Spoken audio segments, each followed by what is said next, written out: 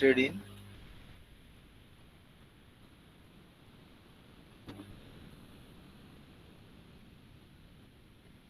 Chalo. Good afternoon, friends.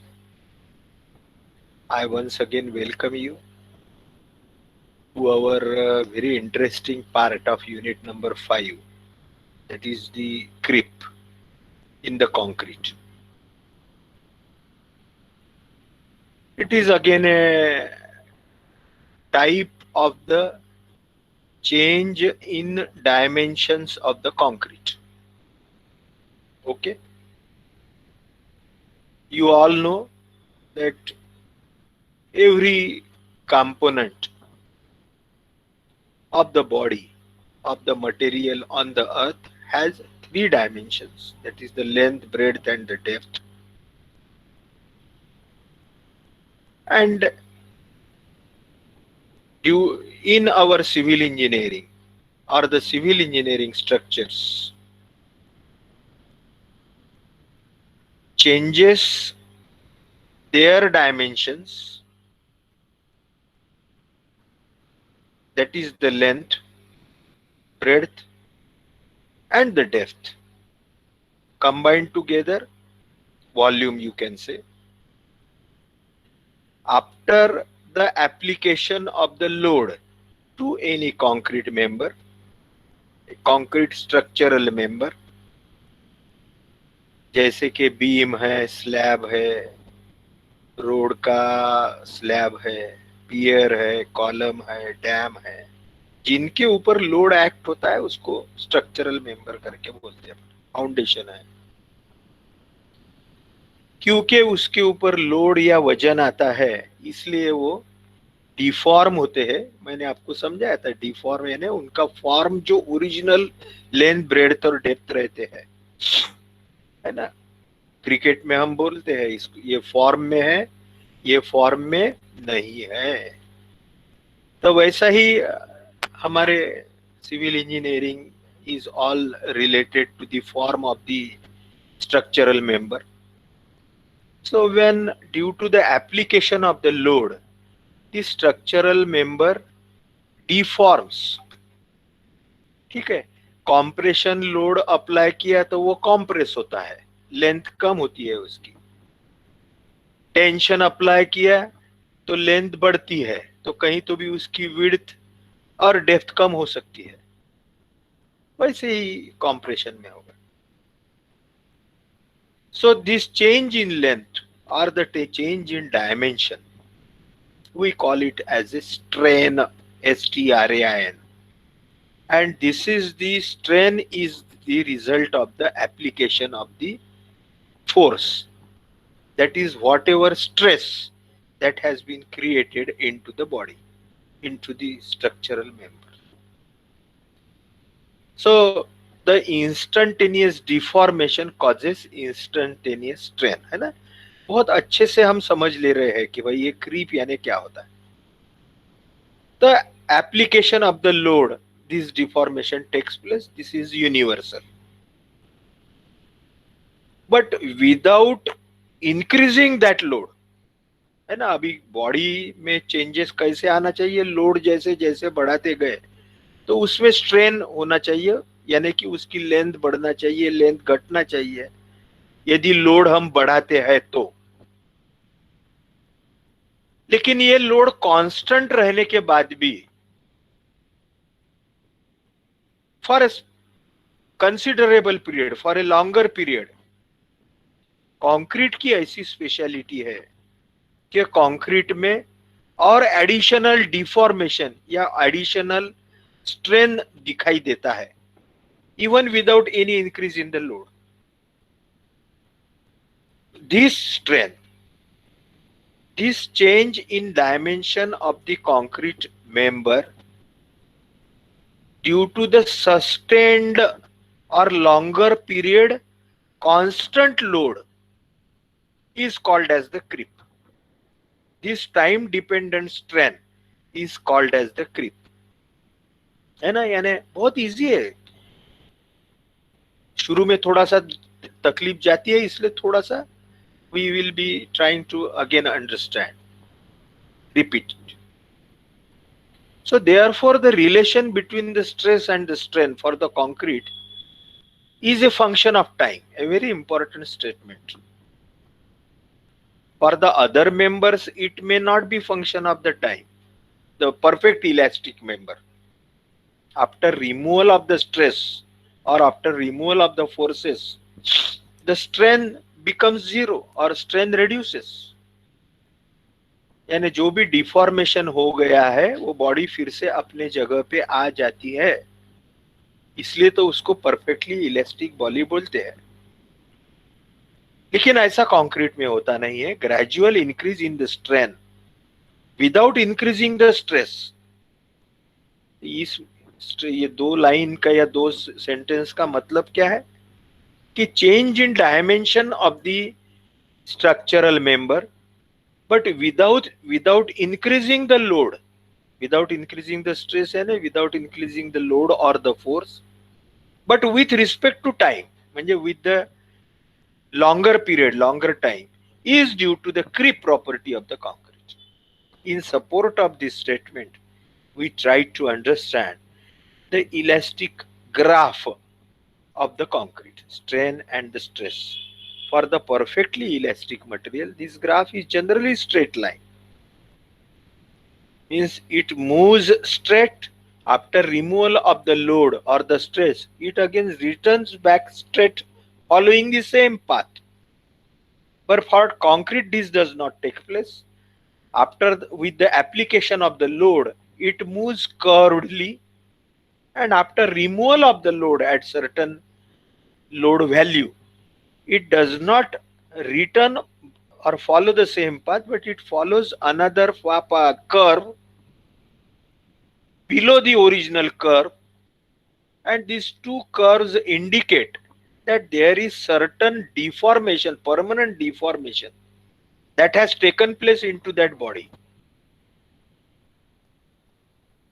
So therefore creep can be defined as the increase in the strain under sustained stress. तो creep ये property ऐसी है कि उसके कारण permanent deformation, permanent change in length, change in dimension of the body takes place.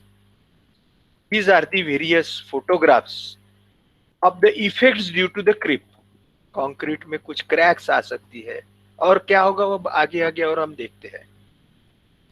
So concrete creeps significantly at all stresses and for a longer time. Concrete, the order of magnitude of the creep in concrete is much greater than that of the other crystalline material, except for metal in final stage of the yielding prior to failure. यानी metal के comparison में concrete में creep काफी ज्यादा दिखाई देता है. ऐसा ये इसका मतलब है. मेटल में तो सिर्फ फेल्यूर के वक्त ही उसमें जो डिफॉर्मेशन वो परमानेंट डिफॉर्मेशन होता है, लेकिन फेल्यूर तक के फोर्स निकालने के बाद में फिर से ओरिजिनल शेप में आ जाते हैं मेटल्स. लेकिन कंक्रीट में ऐसा होता नहीं है. Therefore, creep in concrete is considered to be isolated rheological phenomena and is associated with gel structure of the cement paste. And hence the cement paste plays a dominant role in the deformation of the concrete. What is the cause of the creep that we are now trying to understand? We are moving into the deep, that why there such property to the concrete is given. Concrete को ऐसी property कहां से मिली है कि load तो बढ़ाया नहीं जा रहा है, लोड उतना ही है, कांस्टेंट है ना. मैंने इसलिए आपको एग्जांपल दिया कि एक आधी पानी की टाकी है और वो पानी की टाकी के कॉलम है ना. एलिवेटेड वाटर टैंक रहता है, ऊपर में पानी की टाकी रहती है, नीचे में कॉलम रहते हैं, और वो पानी के टाकी में पानी भर के रख दिया 10 साल के लिए कांस्टेंट पानी. तो कुछ दिनों के बाद में धीरे धीरे हमारे ध्यान में आएगा कि इसके जो कॉलम है, due to the compression load of the water into that elevated water tank, there is certain deformation or there is change in dimensions of these columns of the tank, of this elevated water tank. that deformation is the result of the creep property of the concrete. And this creep property, that is change in the strain or the deformation changes or the deformation, is associated, is related, it has been found, that is, it is related to the gel structure of the cement paste. है ना, jail structure यानी CSH jail, जो हम पहले unit से पढ़ रहे हैं कि सीमेंट जब पानी के साथ में रिएक्ट होता है तो जो बाइंडिंग मटेरियल फॉर्म होता है वो CSH जेल रहता है। और ये जेल का जो स्ट्रक्चर है, ये जेल के स्ट्रक्चर से कहीं तो भी ये क्रीप प्रॉपर्टी जो है, जो डिफॉर्मेशन जो होता है, उसके वो डिफॉर्मेशन समझ जाने के लिए मैंने आपको और एक एग्जांपल बताया था कि एखादा रबर की पट्टी है, रबर की स्ट्रिप है ना, जो हम साइकिल के ट्यूब का रबर रहता है यूज करते हैं कहीं तो भी। वो रबर के को यदि खींचते हैं तो up to certain force, tensile force that has been applied to the rubber, वो लोड फोर्स हटाने के बाद में, खींचने का फोर्स हटाने के बाद में, वो रबर फिर से अपनी जगह पे आ जाता है, पुरानी लेंथ पे आ जाता है। लेकिन एक बार ऐसा आता है कि थोड़ा सा टूटने के पहले उसको जैसे, और बहुत देर यदि खींच के हमने रख दिया, ज्यादा देर, तो उसकी लेंथ बढ़ जाती है, उसको स्ट्रेन बोलेंगे हम, STRAN, स्ट्रेन। परमानेंट लेंथ उसकी बढ़ जाती है, फिर से वो ओरिजिनल लेंथ में नहीं आता है। This is called as the creep in the rubber. The same happens in the concrete, may be in tension or may be in compression. Permanent deformation, permanent change in the dimension. And why this occurs? It has been found that it is related somewhere to the gel pores. हमने देखा था कि concrete में hydration जब होता है तो उसमें 38% वाटर लगता है, उसमें से 25% वाटर ये हाइड्रेशन के केमिकल प्रोसेस के लिए लगता है, और जो बचा हुआ 13% है वो जेल में जो पोर है, जेल पोर जिसको बोलते हैं, उसमें वो पानी ट्रैप हो जाता है। ठीक है, तो जैसे जैसे हाइड्रेशन होते जाता है वैसे वैसे 25% वाटर यूज होता है, और फिर बचा हुआ 13% वाटर है, ये अनहाइड्रेटेड सीमेंट को हाइड्रेट करने के लिए धीरे धीरे यूज होता है। कौन सा water which is available into the pore, gel pore में जो 13% वाटर है, that 13% water is used for the balance unhydrated cement for the hydration purpose, CSH jail form होने के लिए वो फिर से यूज होता है। क्योंकि ये 25% वाटर जो है ये 100% हाइड्रेशन में यूज नहीं होता, some part of it gets evaporated, maybe due to the heat of hydration, maybe atmospheric temperature, etc., etc. So therefore, in the young concrete, यानी fresh concrete जब रहता है, when the gel pores are filled with the gel water and थोड़ा सा ज्यादा का पानी जो है, more than 38% water, some water is available into the capillary cavities. थोड़ी सी और जो कंक्रीट में जिसको वाइड सम बोलते हैं उसमें भी रह सकता है, नहीं भी रह सकता है, लेकिन वो भी पानी हाइड्रेशन के लिए यूज होता है। लेकिन ये जो जेल पोर में का पानी है, ये जेल पोर में का पानी एक तो हाइड्रेशन के लिए यूज होता है, और दूसरा जब ये हाइड्रेशन के लिए यूज होता है तो नेचुरली उसकी जगह लेने के लिए दूसरा कुछ नहीं रहता, वैक्यूम हो जाती है वहां पे जेल पोर में। तो वो वैक्यूम के कारण जो सक्शनल फोर्स एक्ट होता है, तो उसके कारण जो कंक्रीट के अदर देन वाटर इंग्रेडिएंट है, कि सीमेंट है यानी सीमेंट पाउडर या cement hardened cement and the aggregate course and the fine aggregate, due to the suctional force, which gets created due to the use of this gel water.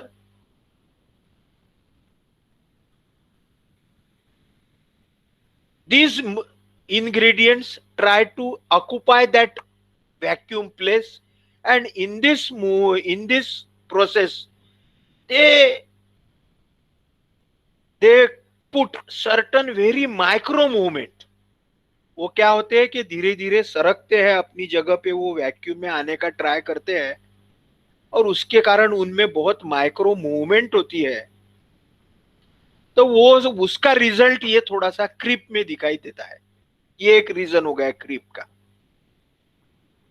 ठीक है। Because use of this water in the gel pour first, and that after use of this water from the gel pour, again CSH gel is formed. Some pore space is occupied by the gel, CSH hardened gel, लेकिन फिर भी थोड़े पोर रह ही जाते हैं, बहुत micro पोर। तो उनको ऑक्युपाई करने के लिए बाकी इंग्रेडिएंट अपनी जगह से सक्शन फोर्स के कारण, निगेटिव फोर्स के कारण मूवमेंट होते हैं, और वो खिसकते हैं अंदर के जगह में। लेकिन ये मूवमेंट बहुत माइक्रो लेवल पे होती है, लेकिन ये होती है। तो वो एक क्रीप हम जो बोल रहे हैं, जो डायमेंशन बदल दिखते हैं, वो उसका एक रीजन है। और दूसरा एक रीजन है क्रीप होने का, due to the constant application of the load, due to the constant application of this load for a longer time. यानी लोड बढ़ा नहीं है, कांस्टेंट है, लेकिन ज्यादा समय के लिए है। तो उसके कारण क्या होता है कि ये जेल पोर में का पानी जो है, जो एखादे शॉक एब्जॉर्बर जैसा या बलून जैसा दबा हुआ है कंक्रीट के इंग्रेडिएंट में, सीमेंट के हार्डन जेल में, नरियल में जैसा पानी रहता है, उस जैसा ये पानी अंदर में, लेकिन बलून जो बलून हम बाजार में देखते हैं, वो बलून जैसा अंदर में कॉम्पैक्टेड है।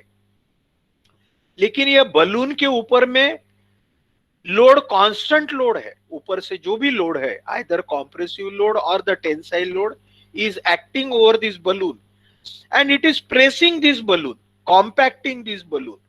ये वाटर जो है इसको दबाने का काम कर रहे हैं। तो ये पानी क्या होता है, इसको जब प्रेशर एक्ट हो रहा है, तो this water finds the path outside, कहीं तो भी बाहर निकलने का रास्ता देखता है या बाहर निकलता है धीरे धीरे। And this acts as a lubricant for the other ingredients of the concrete. ये जो पानी है, this water acts as a lubricant as the other ingredients of the concrete, and therefore again the other ingredients try to move, try to occupy the place of this compressed water that has been fixed into the gel pores of the cement gel. So therefore the reasoning for the creep action is the water which is available into the gel pore, which is being forced either to be get used into the hydration process and occupying that vacuum, or occupying the space of that used water by the other ingredients, and therefore creating certain movement of the particle and creating the strain, as well as this water which is entrapped into the core, into the gel pores, acts as a balloon, and it gets compressed by the constant application of the load, constant load, fixed load, not increasing load, but for a longer duration, longer period, and therefore this water finds the path to come outside. वो पानी बाहर जाने का रास्ता निकालता है, देखता है बाहर निकलने के लिए, कहीं तो भी वाइड्स में से, कहीं इधर उधर से, और जब ये बाहर निकलता है तो ये ल्यूब्रिकेंट जैसा एक्ट होता है बाकी इंग्रेडिएंट के लिए, और वो अपनी जगह से थोड़े बहुत माइक्रो लेवल पे मूवमेंट करते हैं, और जो ultimately results into the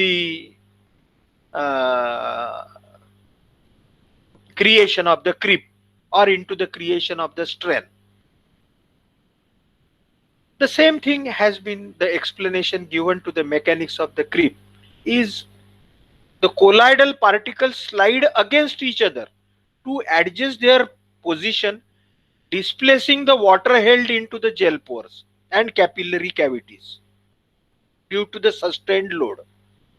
This flow of the gel and the consequent displacement of water is responsible for the complex deformation behavior and the creep of the concrete. So friends, I think you must have understood the reasoning or the cause of the creep. So we can say that creep takes place under constant or under constant stress, under sustained stress for a longer duration with time. The gel, the adsorbed water layer, the water held in the gel pores and the capillary pores, both the gel and the adsorbed water layer into the gel pores, the water held into the gel pore and the capillary pores yields, means moves, flows and readjusts themselves, which behavior is termed as the creep in concrete. I think all of you must have understood what is creep, what are the causes of the creep, technical causes of the creep, why the creep takes place. Now, if you have understood these things, that the creep causes due to the availability of the water into the pores of the gel,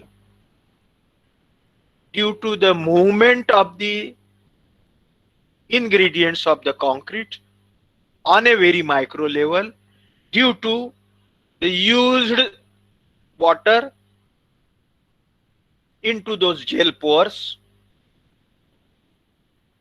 then due to two things: first, use in the hydration of the cement, and second, due to the constant load for a longer period, same load for a longer duration. This pore water, the gel pore water acts as a balloon.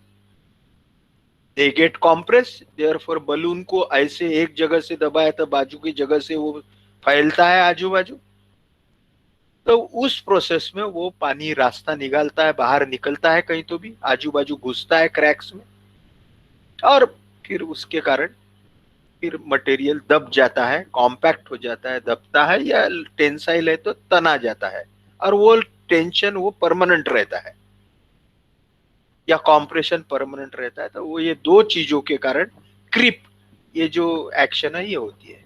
ये यदि समझा तो now we will try to understand the various factors which are affecting the creep.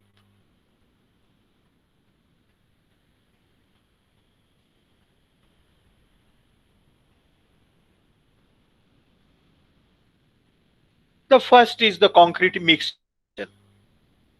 Ingredients of the concrete, its proportioning, means cement, water, aggregate and admixture, its proportion. Proper proportion में है तो कम से कम पानी का यूज होगा, और कम से कम पानी का यूज होगा तो कंक्रीट में क्रीप कम होगा.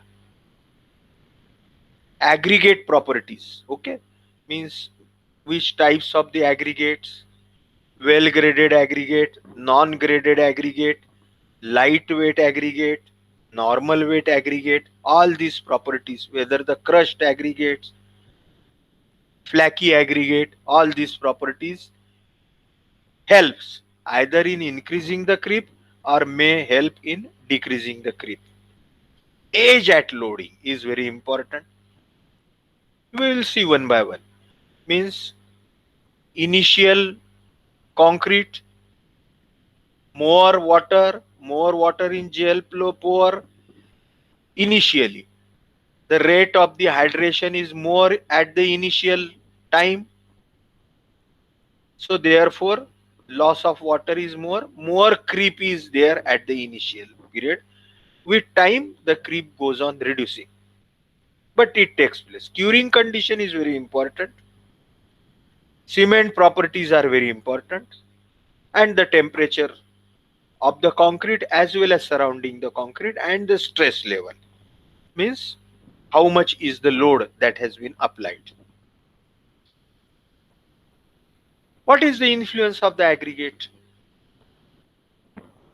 On itself, aggregate being very hard, very stiff, the aggregate undergoes very little creep, है ना. एग्रीगेट बहुत हार्ड रहते हैं, इनर्ट रहते हैं, तो उनमें क्रीप या उनमें change in the dimension is very less. तो what is there which creeps then? Again as we have understood, it is the paste which is responsible for the creep. लेकिन एग्रीगेट ये creep कम होने के लिए मदद कर सकते हैं, क्योंकि वो सीमेंट में जो क्रीप हो रहा है उसको एग्रीगेट रोक सकते हैं, रिस्ट्रेन कर सकते हैं. तो therefore aggregate influences the creep of the concrete through restraining effect on the magnitude of the creep. है ना. सीमेंट पेस्ट क्रीप हो सकती है, कॉम्पैक्ट हो सकती है, चेंज हो सकता है, वॉल्यूम चेंजेस. लेकिन एग्रीगेट ये केमिकली इनर्ट रहने के कारण और हार्ड भी रहता है, तो ये जो क्रीपिंग होता है, ये क्रीपिंग को ये कम कर सकता है.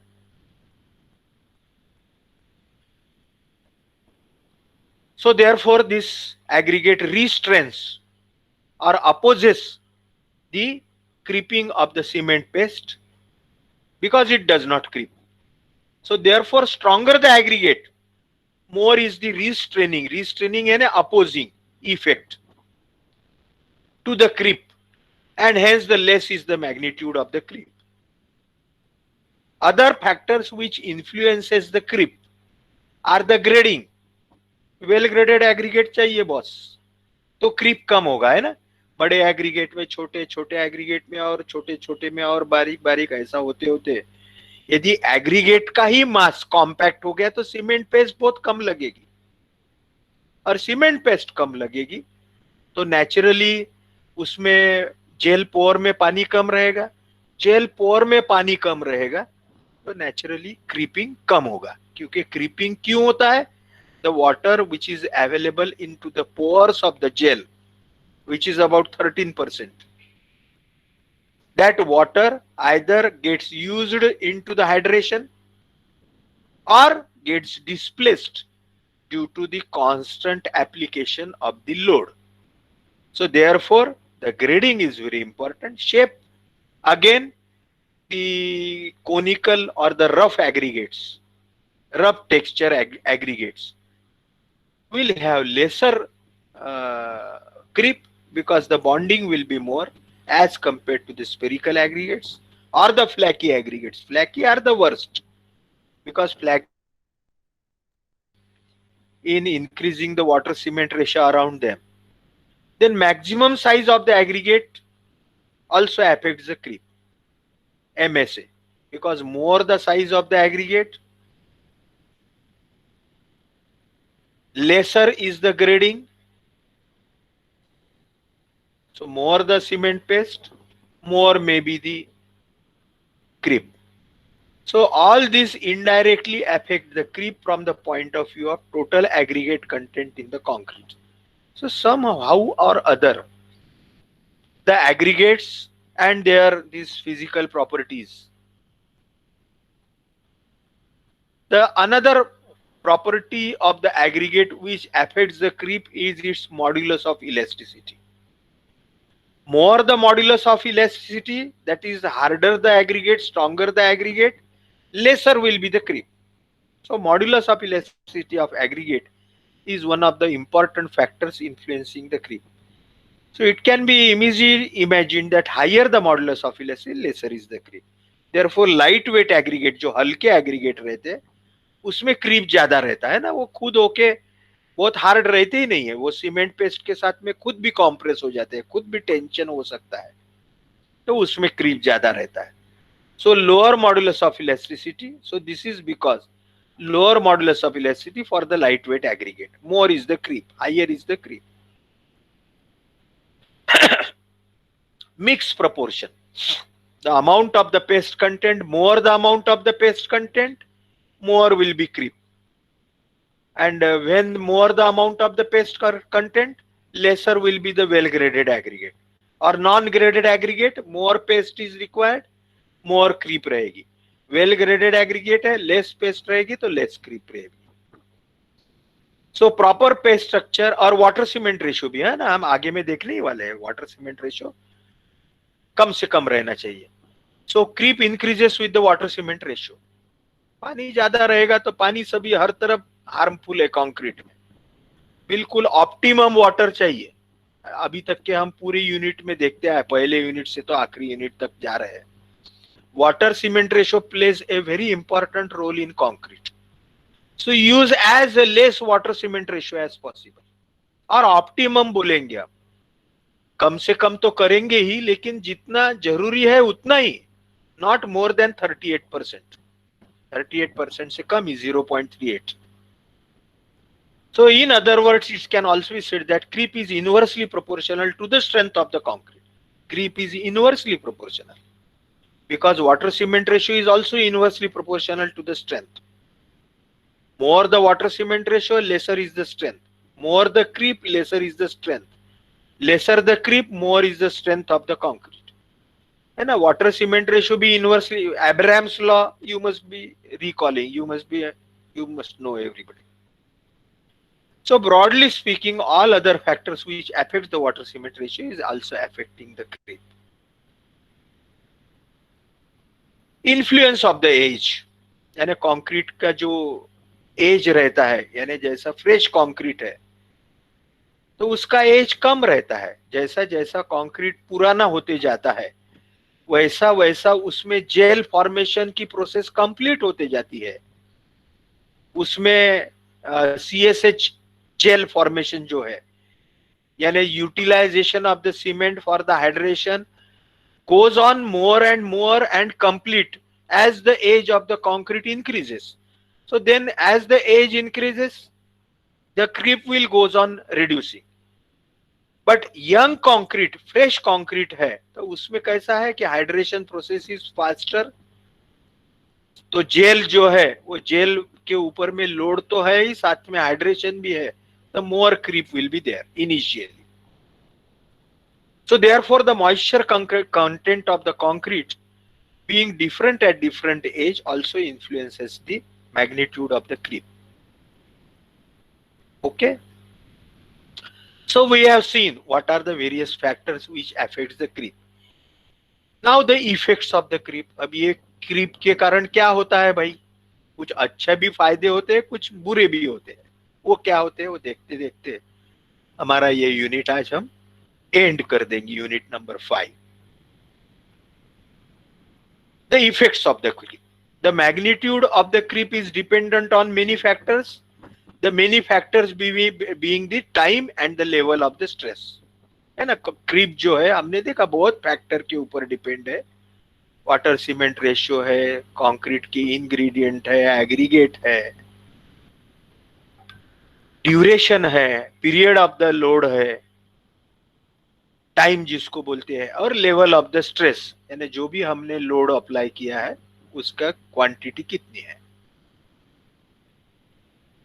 वन बाय वन हम देखते हैं. In reinforce concrete beams, RCC beams जिसको बोलते हैं, creep increases the deflection with time and may be critical consideration in design.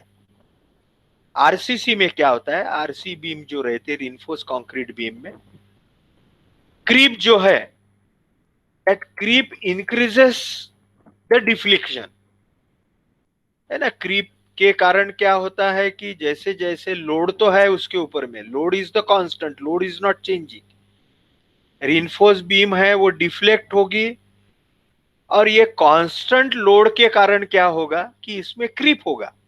जैसे इसका अपर पार्ट है ये बीम का, ये अपर पार्ट कॉम्प्रेशन में रहता है और लोअर पार्ट टेंशन में रहता है. टेंसाइल स्ट्रेसेस एक्ट होती है लोअर पार्ट में आउटर पार्ट में, और बीम के इनर पार्ट पे कॉम्प्रेसिव स्ट्रेसेस एक्ट होती है, और ये compressive stresses for a longer duration act होते रहती है, और tensile stresses for a longer duration act होते रहती है।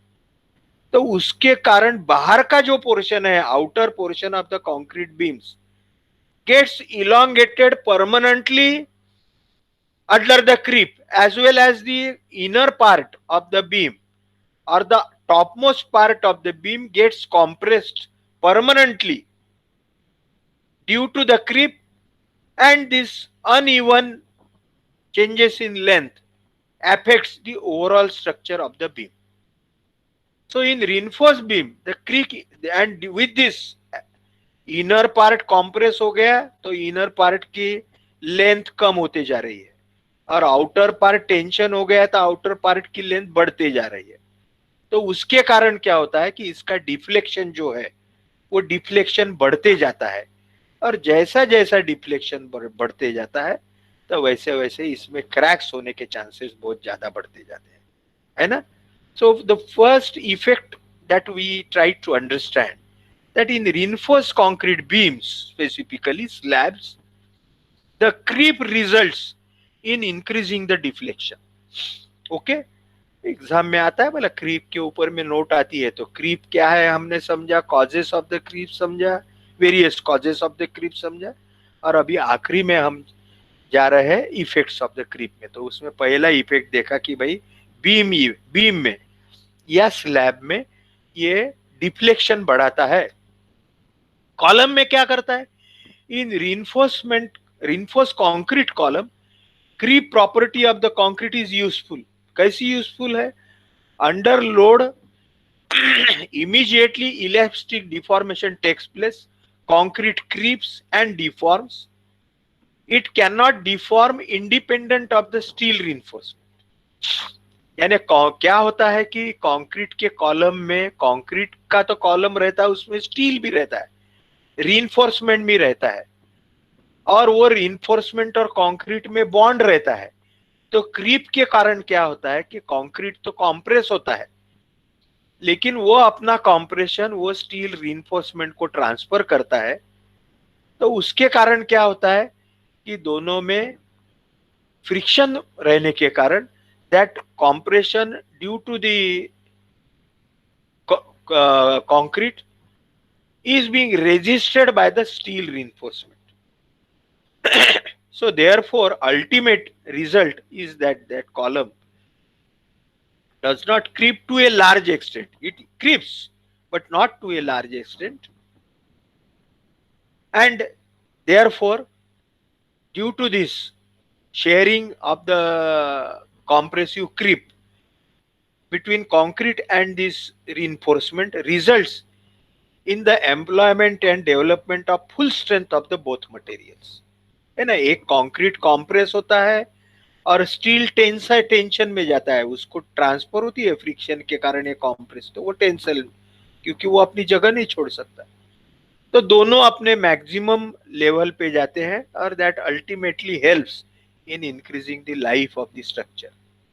लेकिन यदि एक्सेंट्रिकली लोडेड कॉलम है, यानी सेंट्रली लोडेड नहीं है, एक्सेंट्रिकली लोडेड कॉलम है, तो क्रीप इंक्रीजेस द डिफ्लेक्शन, यानी फिर वो कॉलम को डिफ्लेक्ट करता है, and can result into the buckling of those columns. कैसे होता है वो देखते हैं। एक्सेंट्रिकली लोडेड यदि कॉलम है तो eccentrically loaded column creep increases the deflection, and यानी इसके सेंट्रल लोडिंग नहीं है, कहीं तो भी लोडिंग बाजू में है, तो उसके कारण क्या होता है कि क्रीप होता है, और क्रीप के कारण बीम में जैसा डिफ्लेक्शन होता है उस टाइप से डिफ्लेक्शन होता है क्रीप में।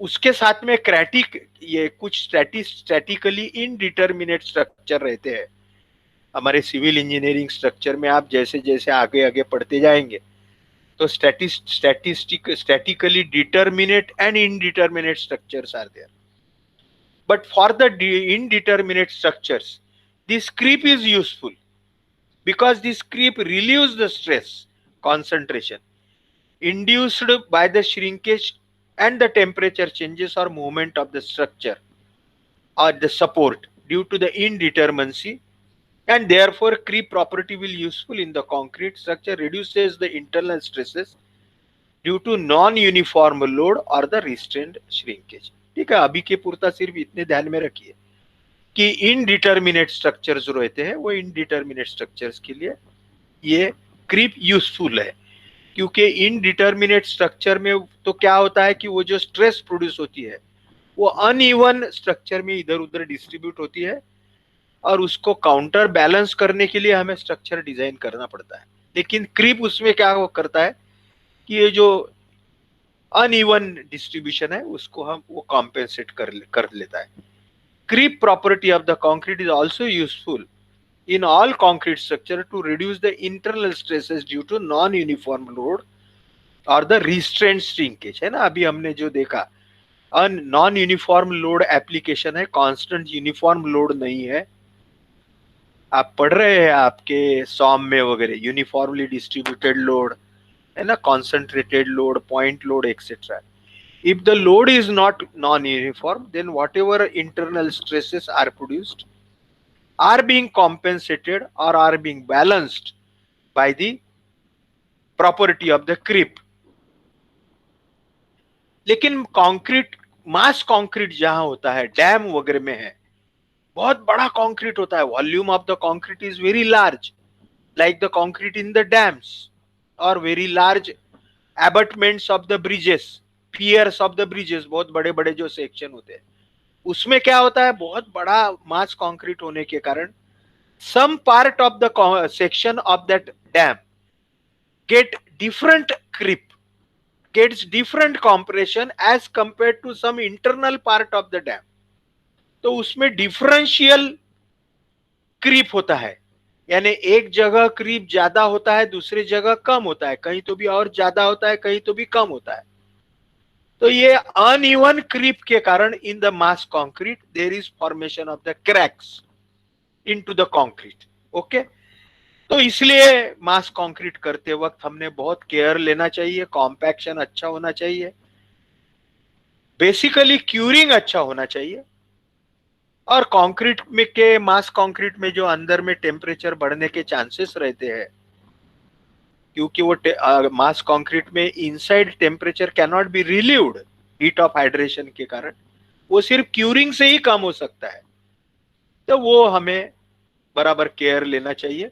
तो ये जो क्रीप इफेक्ट है मास कंक्रीट में जिसके कारण क्रैक फॉर्म हो सकती है, ये क्रीप इफेक्ट, ये जैसे ये डैम है, तो ये mass concrete structure such as the dams on account of the differential temperature conditions at the interior and the surface, outer surface and the interior of the dam, the temperature conditions will be different। अंदर में ज्यादा temperature रहेगा, बाहर का एक temperature atmosphere के contact में है इसलिए कम रहेगा, और क्रीप भी एक्ट हो रहा है, उसके कारण कंक्रीट बाहर का जो कांस्टेंट डैम का जो लोड है उसके कारण अंदर में होने वाला क्रीप, बाहर का क्रीप, इसमें डिफरेंस है, उसके कारण ये जो यहाँ पे जैसी क्रैक्स दिख रही है, such cracks are formed into the dam with the passage of time। This is again the result of the creep। Loss of the pre-stress due to creep of the concrete is also well known, है ना। मैंने आपको बताया था pre-stress concrete में क्या होता है कि उसमें जो अंदर में रीइंफोर्समेंट देते हैं वो कहीं तो भी कोर के अंदर एक आधे केबल के फॉर्म में रहता है, और उसको पहले खींच लेते हैं और कंक्रीट सेट होने के बाद में नट बोल्ट से उसको टाइट कर देते हैं, ताकि वो रीइंफोर्समेंट को जो खिंचाव दिया है, प्री-स्ट्रेसिंग किया है, वो कंक्रीट को ट्रांसफर होता है, और अल्टीमेटली फिर उसके ऊपर जो भी टेंसाइल लोड आने वाले हैं वो उतने कॉम्पेंसेट हो जाते हैं due to the prestressing of the concrete. Prestress concrete करके बोलते हैं उसको। लेकिन अब कंक्रीट यदि क्रीप हो रहा है यानी श्रिंक हो रहा है अपने आप, तो जो हमने खिंचाव दिया है, तनाव दिया है, प्री-स्ट्रेसिंग किया है, वो कंक्रीट खुद होके यदि कॉम्प्रेस हो रहा है तो उसके कारण वो प्री-स्ट्रेस कम होते जाएगा।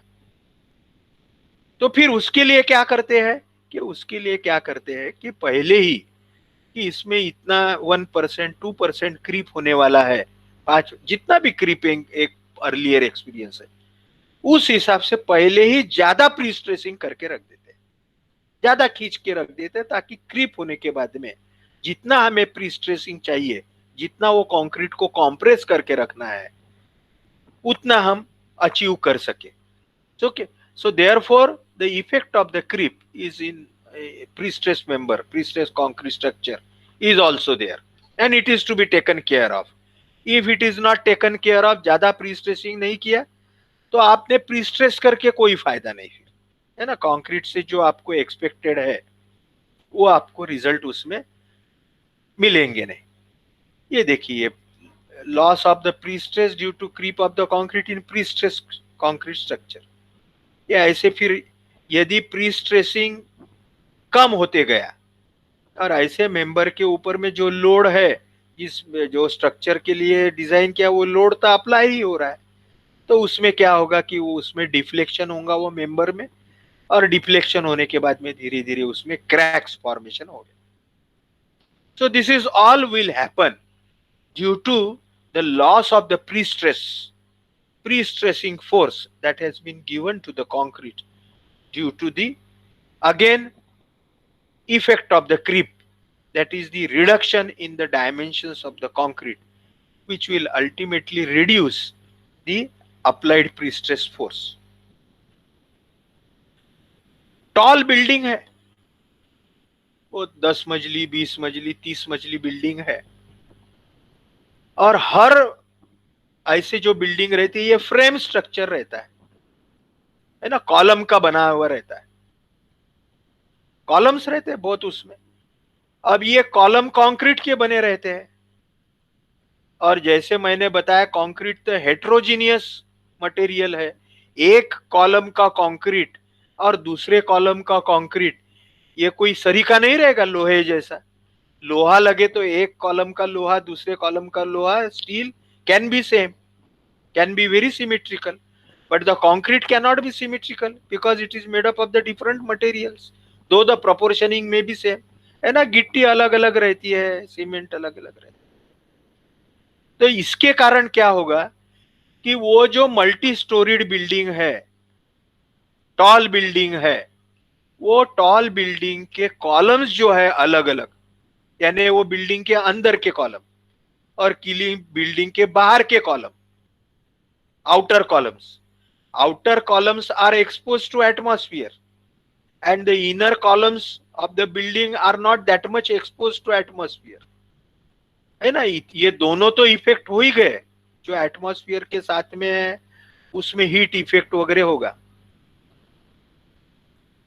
और अंदर के है वो तो कूलिंग थोड़े ज्यादा कूल में रहेंगे. तो उसके कारण क्या होगा, और बाद में कंक्रीट भी अलग अलग है, लोड तो उसके उसमें सस्टेन लोड है, वो कॉलम के ऊपर में कांस्टेंट लोड है, तो वो कॉलम में अलग अलग क्रीप होगा, यानी एक आउटर कॉलम में डिफरेंट क्रीप, अंदर के कॉलम में डिफरेंट क्रीप, जिसको हम डिफरेंशियल क्रीप बोलेंगे. So there will be a creep in those column, but different creep in the inner and the outer columns. इसका क्या होगा कारण, इसके कारण अंदर के कॉलम ज्यादा कम क्रीप होगा और बाहर के कॉलम का क्रीप ज्यादा होगा, ज्यादा बहुत माइनर लेवल पे होगा, होता है बहुत minor. So the outer columns will creep more, the inner columns will creep less. So there will be a differential creep into the columns, and if this creep is more than the stress at failure of those columns, will result into the cracking of those columns and failure of the external cladding, यानी बाहर का जो plaster वगैरह है, बाहर की जो जुड़ाई है वो, या बाहर में और कोई ग्लास का हमने क्लैडिंग किया है, ग्लास आजकल लगाते हैं ना आउटर सरफेस में, तो उसको क्रैक जा सकते हैं, वो टूट सकते हैं. सो एक्सटर्नल क्लैडिंग उसको बोलते हैं, वो rigidly affix to reinforcedly concrete column that will get cracked and failure, as well as जो पार्टीशन वॉल है, outer partition wall, inner partition wall, ये अनइवन डिफरेंशियल क्रीप के कारण उसको भी दरारें आ सकती है, क्रैक्स आ सकती है. So here we are coming to the end of our unit number 5, wherein we have very well learnt, or we have tried to learn the various types of the latest concretes, wherein we understood what is the shotcrete, what is the self-compacting concrete, fiber reinforced concrete, the polymer concrete, the ferro cement concrete, the high performance concrete. Okay, how these concretes are produced, what are their properties, where they are used, all these things we tried to understand. I tried to convey to you. Then later on, we tried to understand the two important properties of the concrete, other than the three basic properties, that is the workability, strength and the durability. है ना. अभी हमारा जो आखिरी unit है, छठवा, उसमें हम ड्यूरेबिलिटी के बारे में पढ़ने वाले हैं. तो ये तीन प्रॉपर्टी के अलावा और कंक्रीट के इनके कारण, ड्यू टू दिस सब प्रॉपर्टी बोलेंगे, सब properties of this three properties, that is the shrinkage of the concrete and the creep of the concrete. ये दोनों हमने समझने का ट्राई किया. Various types of the shrinkage हमने देखा कि प्लास्टिक श्रिंकेज है, ड्राइंग श्रिंकेज है, ऑटोजीनियस श्रिंकेज है, कार्बोनेशन श्रिंकेज है.